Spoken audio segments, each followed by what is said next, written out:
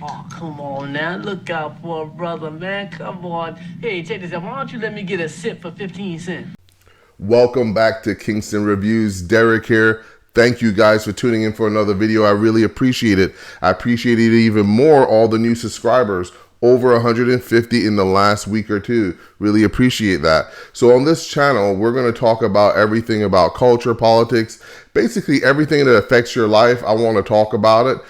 If you guys like content like this, please don't forget to like, comment, this is a conversation, and subscribe to the channel for more content like this. So today's subject matter is going to be about reparations. If you saw the description, the subject is it's a sensitive one to many. To me, it's pretty straightforward. I actually don't even understand the mindset that you would be seeking reparations, but let's go ahead and get into it. California's Reparations Task Force is speaking out after state lawmakers blocked two reparations-related proposals. The California Legislative Black Caucus decided to withhold those bills from moving forward. That led to a big protest at the Capitol over the weekend, as you see here. That's what the video is that you're watching right now. So as I've said before, my family actually came here to the United States in the 1980s.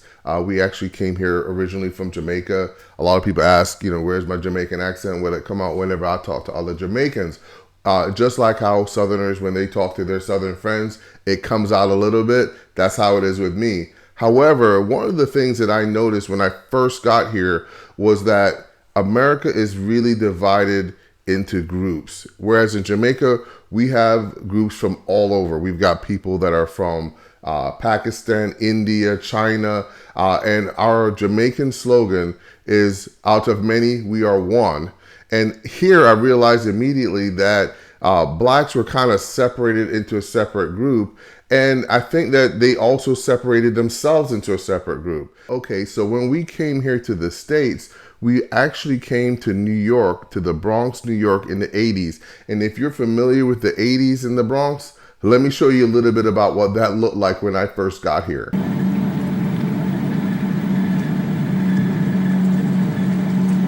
This is absolutely an accurate depiction of what I saw when I first got here to the States. Very close to what our neighborhood looked like. And I can't tell you what it actually felt like. It was actually unbelievable.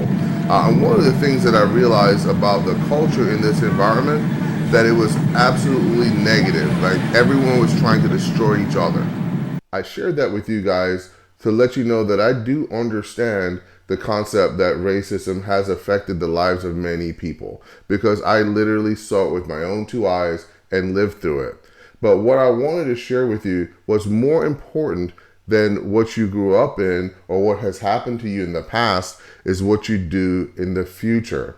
And unfortunately, lots of Black Americans are stuck in Groundhog's Day, continually thinking and worrying about their race and what happened in the past, and not worrying about their behavior today and what they can do for the future.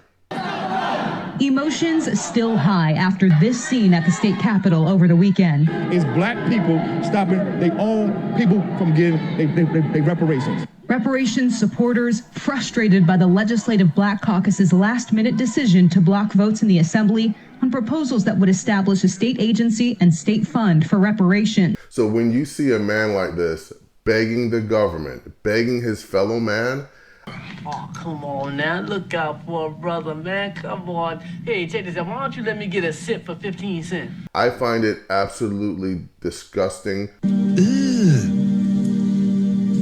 Brother, what's that? From my personal perspective, and I'm going to tell you why. When we first came here in the 1980s, it was myself, my mother, my brother, my father, my grandmother, grandfather, and aunt. We all lived in a fairly small apartment in the Bronx. My father is not a highly educated man. He's a very intelligent man, not very highly educated, and he literally had to build his business. He had a refrigeration repair business, which he built from scrap. He would actually go door to door to the bodegas, asking if they needed someone to work on the refrigerator, and if they said yes, he would say he would work on it if they would buy him tools. And he used that process to buy tools, buy equipment, and build up to the point where he actually had a business and could provide for his family. That mindset is a completely different mindset from the mindset of that guy that you just heard there. This is a grown man begging another man for something. I can't even imagine the day that I would ever do that. So the question I have for you is, are we responsible for the sins of our fathers? So what I mean by that is, if your grandfather, your great-grandfather committed crimes, are you responsible to repay those crimes? Well, I'll answer that for you. The answer is no, you're not responsible for the sins of your father. What happened was terrible, but it happened. Also, I want you to think about the mindset. So imagine that a young lady was raped, right? And from that rape came a child, and the child is being raised. And everywhere that child goes, everyone says, hey, that's the raped child, the child from being raped, right? So everywhere he goes to school, that's the grape child. We're so sorry that you've been raped. That's how you got here. And every time he goes to work, sorry for you being the grape child.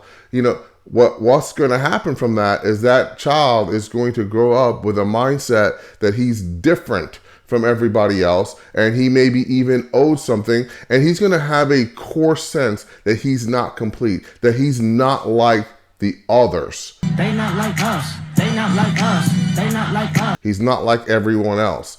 And that is the core problem with the way that Americans and American blacks look at their position here in the United States. And if you have that mindset, you're never going to succeed. You've got to put all that out of your mind. I do know that it does exist. I have faced it in business. I have faced it in work. Racism does exist. But I plow through it. I don't care if someone likes or doesn't like me, because there are lots of people that I don't like as well, right? What we've got to do is say, hey, let's take personal responsibility for the things that we've got to do, move forward, and be successful. Okay, so the last component to this is financial, money. Because of the inequities that are here in the United States, there are people that just thrive on that inequity. They're there as basically race baiters, creating more divisiveness around race, and that's how they make their money. Most of the people that are trying to get this bill passed, they know that that bill is not going to pass. They know it's never going to pass. And even if it did, right? Do you know that like 50% of people that win the lottery end up being broke? That money that they're going to pour into that fund will most likely never benefit the intended people. And even if the intended people got the money, if you don't have the mindset, the culture, and what to do with money, that money will quickly be taken from the fool. A fool and his money shall soon part. So you got to change the mindset and the culture first before that even would make any sense at all. Okay, thank you guys for sticking around to the end of the video. The only begging that I believe in is begging for you guys to like and comment, have a conversation with me, and subscribe to the channel. So if you guys like content like this, please don't forget to like, comment, and subscribe to the channel for more content. Thank you. It's black people. They stopping. They own people from getting they reparations.